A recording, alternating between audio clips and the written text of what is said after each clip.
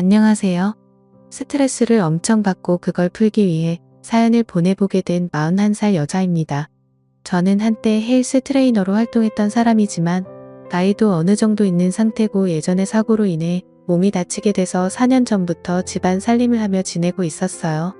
남편은 제가 다니고 있는 헬스장에서 만나게 되면서 연애를 시작하게 됐고 그런 남편과 결혼한 지 벌써 10년이 넘었네요. 저와 남편은 운동하는 걸 좋아하기에 저는 헬스 트레이너 직업을 그만두고 나서도 무리하지 않는 선에서 남편과 같이 헬스를 하거나 아침 저녁으로 조깅하러 나가기도 해요. 유머 코드나 식성도 비슷해서 같이 사는 동안에 정말 행복했습니다. 그런데 우리 부부 결혼 생활에 걸림돌이 되었던 게 있다면 그건 도련님 때문이랍니다. 제가 교통사고를 당하는 바람에 재활치료를 받으면서 집에서 가정집으로 지낸 지 얼마 안 됐던 시점에 도련님이 저희 집에서 잠시 지낸다고 하시는 거예요. 일단 도련님은 제 남편과 14살 차이로 늦둥이라고 보시면 되는데요.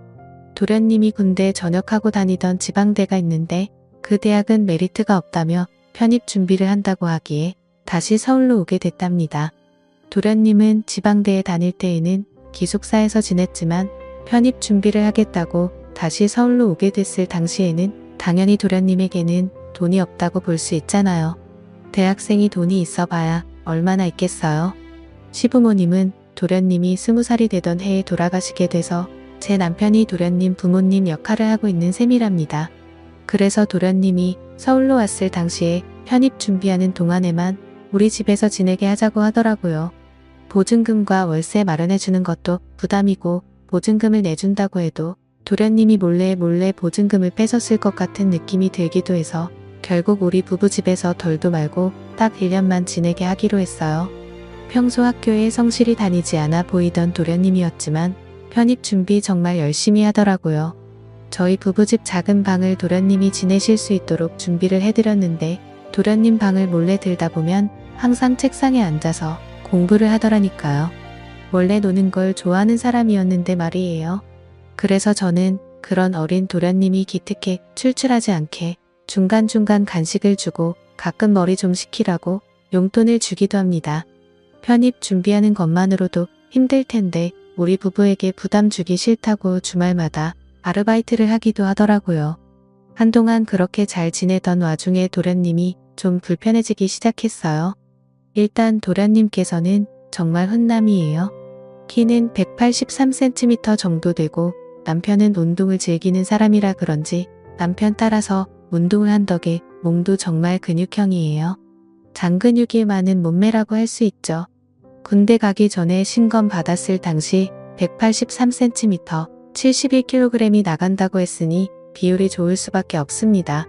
게다가 얼굴도 시아버님의 닮은 덕에 솔직히 제 남편보다 잘생겼어요. 정말 훈남이라고 할 수 있는 그런 남자랍니다. 모자랄 게 전혀 없는 도련님이 저를 여자로 보는 느낌이 들더라고요. 일단 남편은 아침 일찍 출근해서 저녁 8시에서 9시가 되어야지만 퇴근하는 직장 생활을 하고 있어요. 그래서 낮에는 집에 저와 도련님 단둘이 있을 때가 많은데요. 집에 단둘이 밖에 없다고 해도 도련님은 공부한다고 방에서 거의 나오는 법이 없어서 가끔은 저 혼자 있는 기분이 들 때가 있기도 한데요. 그렇게 무난하게 지내고 있던 어느 날 제가 안방에서 옷을 갈아입겠다고 옷장을 열고 옷을 벗는데 그때 도련님이 안방문을 벌컥 열고 들어오는 거예요. 놀란 저는 서둘러 옷을 입고 도련님 노크 좀 하고 들어오세요 라고 약간 화를 냈습니다. 도련님은 미안하다고 사과를 하며 배고파서요. 밥 잘 해주세요 라고 하더군요. 처음에 이런 일이 있을 때는 실수구나 싶어서 그냥 넘어가게 됐는데 그 후로 계속 제가 옷만 갈아입을 때에 맞춰서 도련님이 제 방에 들어오는 느낌이 드는 거예요. 옷장 문을 열면 보통 끼익 소리가 나기도 하잖아요. 그 소리가 날 때마다 노크도 안 하고 들어오는 기분이랄까? 그리고 빨래 건조대에 걸려있는 제 속옷이 한두 개씩 꼭 없어지더라고요. 그것도 집에서 편히 입는 좀 허름한 속옷만 사라지더라고요. 내가 빨래하다가 한두 개씩 빠뜨리는 건가 싶었던 찰나에 도련님 방에도 빨래거리가 있을까봐 도련님 방에 조심스럽게 들어가게 됐는데요. 도련님이 제 속옷을 갖고서 이상한 짓을 하고 있는 거였어요. 놀란 저는 일단 도련님한테 들키기 전에 서둘러 방문을 닫았어요. 이제까지 제 속옷을 몰래 가졌던 범인이 바로 도련님이란 사실을 알고 나서 그 뒤로 도련님 얼굴을 제대로 보지 못하겠더라고요. 이걸 혼자만 알고 있어야 하는 건가? 며칠 동안 곰곰이 생각하고 있던 찰나 제가 혼자 운동하고 나서 낮에 샤워를 하고 있었어요. 이날은 도련님이 피곤하다며 낮잠을 자고 있을 때였죠. 열심히 샤워를 하고 있는데 뭔가 이상한 느낌이 들었습니다. 문틈이 살짝 열려 있는 것 같았습니다. 그래서 얼른 수건을 둘러 사고 문을 벌컥 열었습니다. 그러자 도련님은 제 행동에 놀라서 당황했는지 도망도 못 간 채 뒤로 나자빠져 있더군요. 저는 무슨 짓이냐고 소리를 질렀고 도련님은 미안하다고 손을 싹싹 빌며 사과를 하더라고요.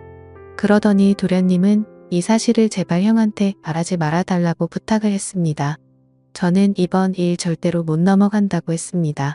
제 속옷으로 이상한 짓을 한 것도 이미 알고 있었다고 따졌는데 도련님은 세상 놀란 표정으로 그 자리에서 엉엉 울더라니까요. 얼마나 억울하고 속상하던지. 저는 퇴근하고 집에 들어온 남편에게 모든 사실을 솔직하게 고백했습니다. 제 말을 들은 남편은 손을 부들부들 떨면서 분노를 감추지 못하더라고요. 방에 조용히 있던 도련님에게 다가가 얼마나 싸웠던 건지 남편은 이 집에서 더 이상 같이 지내지 못할 것 같다며 당장 나가라고 도련님을 쫓아냈습니다. 도련님은 절대 안 그러겠다고 이 집에서 나가면 당장 갈 곳이 없다고 하더라고요. 남편은 지갑에 있던 5만원짜리 지폐 두세 장을 도련님께 던지며 이걸로 사우나에라도 가 있든지 하라고 했습니다. 그 후로 도련님은 우리 집에서 지내지 못하게 됐어요. 도련님은 거의 한 달 넘게 우리 부부한테 돌아가며 전화를 했고 우리 부부는 그 전화 한 통 받지 않았었답니다. 문자가 오기도 했는데 제발 용서해달라고 요즘 밥 한 끼 제대로 먹지 못한다고 하더라고요. 한창 중요할 시기에 예민해서 그랬던 거라고 제발 용서해달라고 하더군요. 한 달 넘게 애원을 하면서 용서를 구하던 도련님 남편은 그런 도련님 절대 만나거나 연락조차 받지 말라고 했지만 저는 눈 딱 감고 도련님을 만나보기로 했습니다. 아무리 잘못했다 하도 남편 동생이기에 잘 살고 있나? 그 정도만 알고 싶더라고요. 그래서 남편이 퇴근하기 전 동네에 있는 작은 카페에서 만나기로 하고 갔습니다. 도련님은 보니 사람 꼴이 아니더라고요. 옷도 지저분하고 좀 냄새가 난다고 해야 할까. 게다가 머리는 얼마나 덥수룩한지 왜 이렇게 사냐고 물어봤는데 우리 집에서 쫓겨나고 나서 자기가 좀 모아둔 아르바이트비랑 남편이 지갑에서 꺼내 던져준 돈으로 사우나에서 지냈다고 했어요.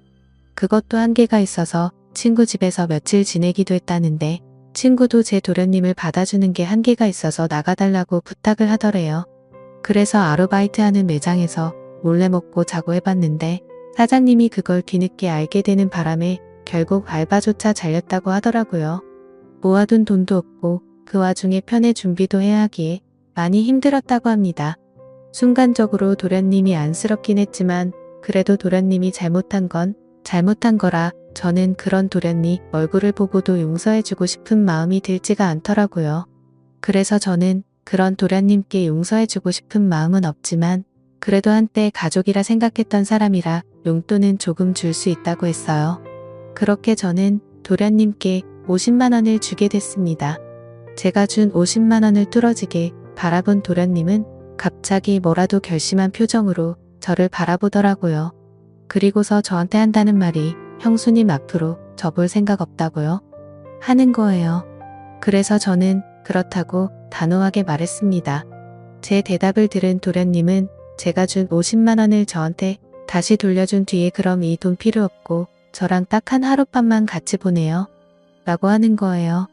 이제까지 저를 몰래 좋아하고 있었고 제 존재만 봐도 떨려서 그랬다고 하더라고요. 그걸 듣고 얼마나 충격이던지. 저는 화가 나서 결국 마시고 있던 아이스 아메리카노를 도련님 얼굴에 뿌린 뒤에 앞으로 얼굴 보는 일 절대 없었으면 하네요. 더러운 새끼라고 말하고 그 카페에서 나오게 됐습니다. 그 후로 도련님과 안 보고 산지 정말 오래됐습니다. 요즘에 잘 살고 있는지는 모르겠지만 몇 개월 전에 도련님 소문을 듣게 됐어요. 제 남편이 사촌동생과 자주 연락하고 지냈는데 그 사촌동생과 도련님도 연락을 따로 하고 지내는 것 같더라고요. 남편 사촌 동생 말로는 도련님이 현지 선수로 일하고 있는 중이라고 합니다. 편입 준비도 모두 포기하고 돈 많이 버는 직업을 얻고 싶다고 사촌 동생한테 말했다고 하는데 그 직업이 술집에서 선수로 일하게 되는 것인 줄은 꿈에도 몰랐습니다. 그리고 매일 술을 마시며 일을 하다 보니 몸에 이상 증세가 나타나게 되는 바람에 병원에서 검진을 좀 받아봤다고 해요. 결국 당뇨랑 고혈압이 생겨서 매일 병원에 다니고 있다는 말을 듣기도 했습니다. 사람 참 그렇게 망가지기 쉽지 않을 텐데 남편도 그런 도련님 앞으로 평생 보고 살고 싶지 않다고 했고 저한테도 항상 미안하다고 사과를 하고 있습니다.